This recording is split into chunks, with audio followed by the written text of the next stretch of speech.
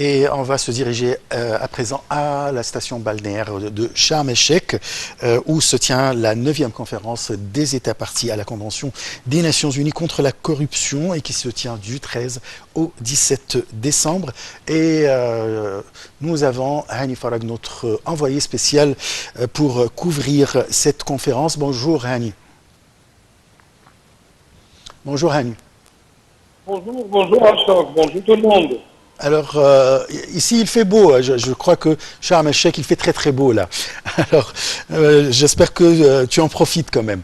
Est-ce que tu peux nous raconter ce qui se passe aujourd'hui durant les sessions de cette conférence?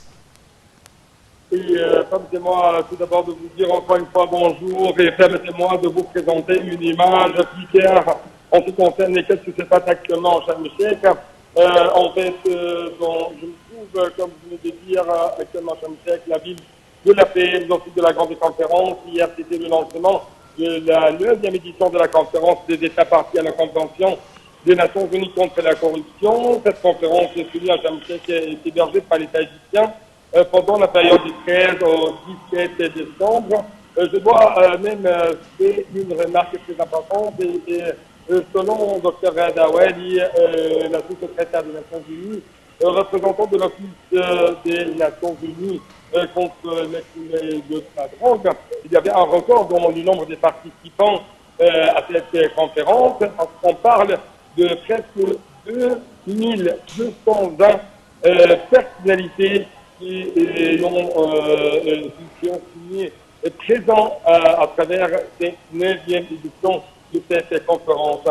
Donc, encore une fois, il y avait un point très fort à rappeler pourquoi l'Égypte a été choisi en tant que pays hôte pour cette conférence des États partis à la Convention des Nations Unies contre la corruption, car aux yeux des Nations Unies, par exemple, l'Égypte a adopté une stratégie nationale très efficace et très fructueuse dans la lutte contre la corruption, en tenant à faire des mécanismes efficaces également au niveau régional africain et arabe pour réduire les répercussions très néfastes de la corruption sur les sociétés et les économies régionales. Et comme vous savez, on se trouve dans des conditions tout à fait exceptionnelles à cause du Covid, à cause des répercussions économiques imposées sur les grandes sociétés ou sur les grandes économies, donc sur les économies des pays en développement, ce qui a donné plus d'opportunités à avoir des, malheureusement, des opportunités de corruption partout dans le monde. C'est pourquoi, à cette également, plusieurs exemples, l'importance de la coopération internationale, de la promotion de l'action multilatérale pour faire face aux fléaux de la corruption, ces répercussions transfrontalières, car les expériences de terrain ont révélé que les efforts nationaux des États, chacun à part, ne suffisent pas quand il s'agit de traitement des questions transfrontalières, d'où provient l'exigence d'avoir une coopération mutuelle et un échange d'informations entre les États. À rappeler également que l'Égypte apprécie beaucoup de même les efforts déployés par l'Office des Nations Unies contre la drogue et le crime dans la lutte contre la corruption, et tout ça malgré les circonstances dures imposées par la pandémie de Covid-19. Je dois même vous rappeler que des thèmes dans cette spécificité doivent être discutés pendant cet événement, comme par exemple la production du sport contre la corruption, les efforts nationaux de la lutte contre la corruption basés sur l'affirmation des principes de l'état de droit, de la conciliation de la transparence, et le respect des droits de l'homme, ainsi que l'intégration des efforts entre également la société et la complémentarité des efforts entre les deux parties. En outre, des thèmes très importants vont être également débattus pendant les jours de cette conférence, comme par exemple le rôle de la femme, les jeunes dans la lutte contre la corruption, l'augmentation de la conscience de la transformation contre les dangers que représente la corruption. Ce sont autant bien parmi des thèmes parmi qui représentent des principes faits par la lutte contre la corruption. Très bien, c'est un très bon résumé, Hani, merci beaucoup. Là, il y a une question très importante, c'est concernant les échanges et l'expérience que l'Égypte peut transmettre aux pays africains concernant la question de la lutte contre la corruption. Est-ce qu'il y a une convention signée ou qui va être signée entre les pays africains et l'Égypte concernant ce sujet? En fait, si je peux dire, si je peux parler des efforts égyptiens déployés au niveau africain, au niveau arabe, on sait qu'en 2019, l'Égypte a lancé une initiative très importante qui s'appelle le Forum africain dans la lutte contre la corruption. Et sur le terrain, on trouve que l'Égypte essaie toujours d'adopter des mécanismes de coopération tout à fait étroits avec les autres pays africains à cet égard. Et autre chose à ajouter, c'est l'Égypte qui a essayé de former de plus en plus des cadres africains qui peuvent être tout à fait capables à lutter contre ce phénomène transfrontalier. Avec la présence de Covid, avec ces conditions tout à fait dangereuses imposées par le Covid, il s'avère que les efforts nationaux, encore une fois, ne suffisent pas. C'est pourquoi il y a une exigence tout à fait importante d'avoir de plus en plus des coopérations au niveau non seulement régional, mais aussi au niveau international. Et c'est pourquoi je me trouve même dans cette conférence, ou plutôt j'ai trouvé des plateformes comme Globe Network pour faire face à ce phénomène transfrontalier, pour avoir une plus de coopération plus structurée à travers les échanges des expériences, les échanges des informations entre les différents pays. Encore une fois, l'Égypte essaie toujours à lutter contre ce phénomène parce que le docteur Ghazawali, par exemple, a parlé que presque 50% des pertes dues à la corruption, à la corruption, des pertes économiques, je parle des pertes économiques dues à la corruption, sont égales à presque 50% des investissements étrangers directs. La corruption fait perdre presque 3 millions de dollars chaque année. Donc vous parlez d'une grande somme et vous parlez d'un phénomène qui vraiment tapé, vraiment freiner le développement au sein des pays, en général, notamment des pays africains. Tout provient, encore une fois, l'un des thèmes parmi les thèmes les plus importants discutés pendant cette édition, c'est comment insérer la protection contre la corruption dans les plans de développement des pays. Très bien. Une dernière question, Hani. Je sais que vous êtes en contact avec quelques participants, vous discutez toute la journée avec eux. Alors, qu'attendent les participants, à votre avis? Qu'attendent les participants de cette conférence? Encore une fois, la question, quoi? Qu'est-ce qu'ils attendent, les participants de cette conférence? Les résultats?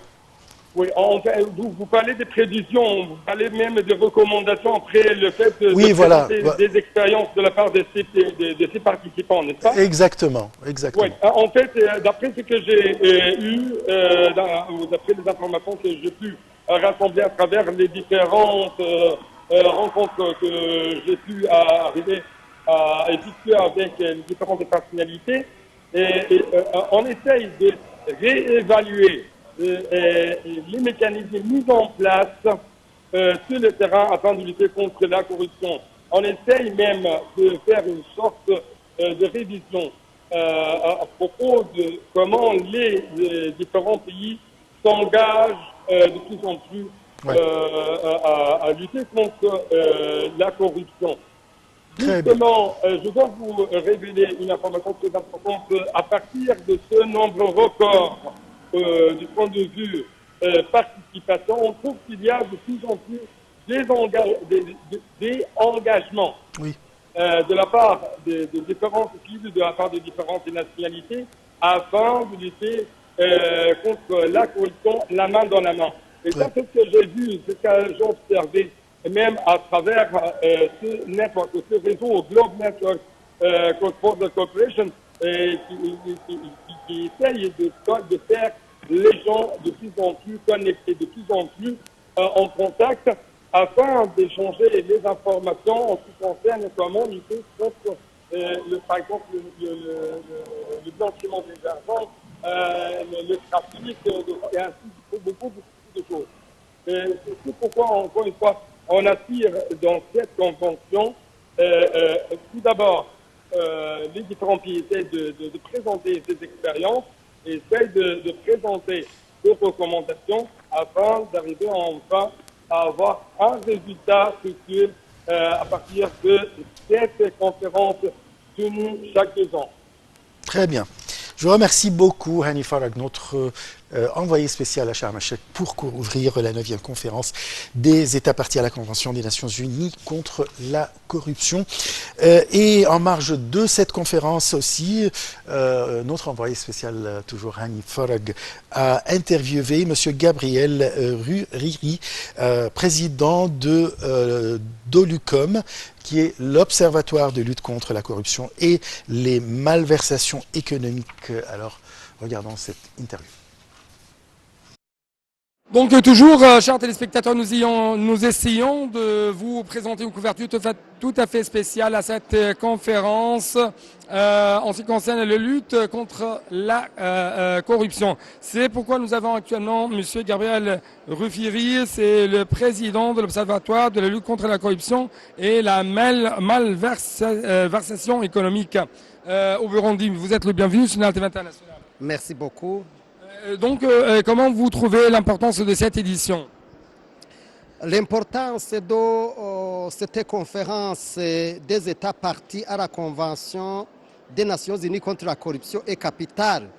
Elle est capitale parce que nous sommes en train d'examiner la mise en œuvre de la Convention des Nations Unies contre la corruption. Vous savez que la corruption est un handicap majeur à la démocratie, est un handicap majeur à la lutte contre la pauvreté, c'est un handicap majeur à toutes les initiatives qui visent le progrès des États. Donc, c'est vraiment un fléau mondial qui nécessite la conjugaison des efforts de tous les États. Parce que les sociétés civiles essaient toujours de même augmenter la sensibilisation des gens en ce qui concerne la lutte contre la corruption. Ça a été mentionné par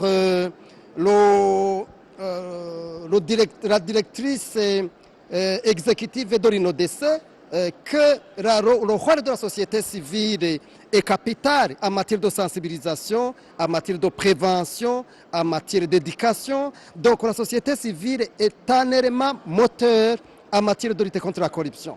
Je dois vous remercier infiniment. C'est moi qui vous remercie. Et toujours en marge de cette conférence, notre envoyé spécial Hani Farag a interviewé M. Emmanuel Olita Odongo, président des autorités anticorruption au Congo. Donc bonsoir, ou plutôt bonjour tout le monde. Je me trouve actuellement à Sharm el-Sheikh où se tient la 9e édition de la conférence des partis, la conférence des États partis de la Convention de la lutte contre la corruption sous les auspices des Nations Unies. Actuellement, toujours dans cette conférence, j'ai le plaisir d'avoir avec moi M. Emmanuel Olita Odongo. C'est le président des autorités de contrôle au niveau africain. Vous êtes le bienvenu sur la TV internationale. Merci, je suis là avec vous. Merci beaucoup. Et donc, très rapidement, nous devons parler de l'importance de cette 9e édition de cette conférence et pourquoi l'Égypte même a été choisie pour être le pilote et même pour être la présidente pendant 2 ans au niveau de cette conférence. Je l'ai dit devant la même. J'ai dit que l'Égypte devenait vraiment comme... il faut même dire une plateforme. Je l'ai dit à l'une de nos rencontres, à l'une de nos interviews, que l'Égypte est devenue une plateforme et ça se confirme aujourd'hui. Voilà que aujourd'hui, c'est encore l'Égypte qui a été choisie pour abriter cette 9e conférence. Et elle revêt une importance très capitale de par des attentes que tous les Africains sont là au regard de ce que nous sortirons de cette conférence. Voilà. En fait, vous êtes l'un des pères de la stratégie de la lutte contre la corruption au niveau africain. Vous êtes l'un des ingénieurs en ce qui concerne cette stratégie. Donc, comment vous trouvez les principaux axes à travers lesquels les Africains peuvent vraiment éradiquer, lutter contre la corruption, notamment que, comme vous savez, notre continent africain est presque le plus affecté par cette maladie qui s'appelle la corruption. Bien, il faut même le dire que le moment a été bien choisi. D'abord, un travail en synergie vaut la peine dans cette lutte. Et ce que je constate, c'est que tout le monde entier est présent à Sharm el-Sheikh, là où nous retrouvons. Alors, donc, c'est pour dire que nous avons beaucoup de choses que nous allons identifier et on sortira de cette grande conférence mondiale avec beaucoup de recommandations qui vont permettre au monde entier d'apporter vraiment un regard, d'avoir une vision vraiment très avancée sur ce combat que nous attendons. En fait, donc c'est une plateforme, comme c'était déclaré, dans cette conférence, c'est une plateforme pour parler d'une seule voix. Mais encore une fois, quels sont les mécanismes à reprendre, les mécanismes à réviser sur le terrain afin de lutter efficacement contre la corruption? Mais avant de venir à une telle rencontre, il y a eu une identification, on a identifié les points forts et les points faibles. Et je crois que c'est sur les points faibles que nous allons plus revoir pour voir ce qu'on peut retenir ou ce qu'on peut rejeter pour faire avancer notre organisme qui va porter beaucoup de fruits au monde entier. Voilà.